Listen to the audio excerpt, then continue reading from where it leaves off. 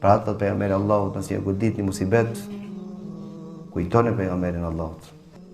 Sprovat e pejgamberit Allahut prej fëmijërisë deri në vdekje.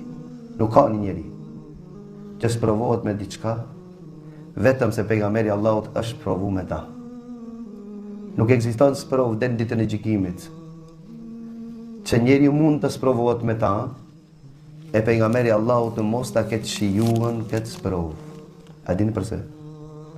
Për shkak se më të sprovuarit janë më të fortit. Ka thënë pejgamberi Allahut, më të sprovuarit janë pejgamberët. E pejgamberi më i fort ka qenë Muhamedi sallallahu alaihi wasallam.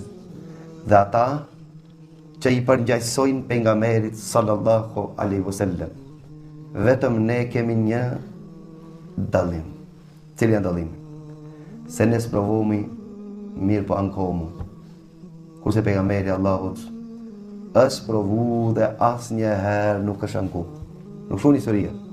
Pejgamberi Allahut me gjithë këtë ishte i lumtur, ishte optimist, nga se e pa gjetë pushimorën e tij kur i thonë të Bilalit, erihna biha ya Bilal, na ban që të jemi të lumtur apo të pushojmë në ta o Bilal, kishtë Muhammedi sallallahu alaihi wasallam.